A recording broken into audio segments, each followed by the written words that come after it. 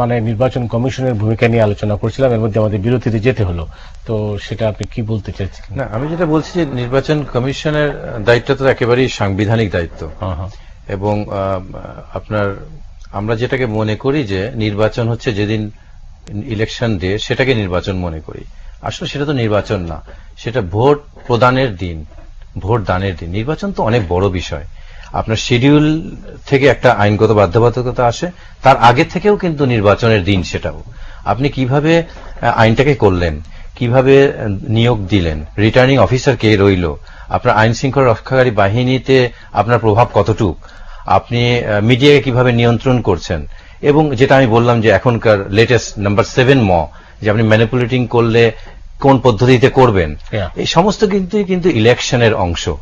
একটা হচ্ছে polling day আজকেরটা।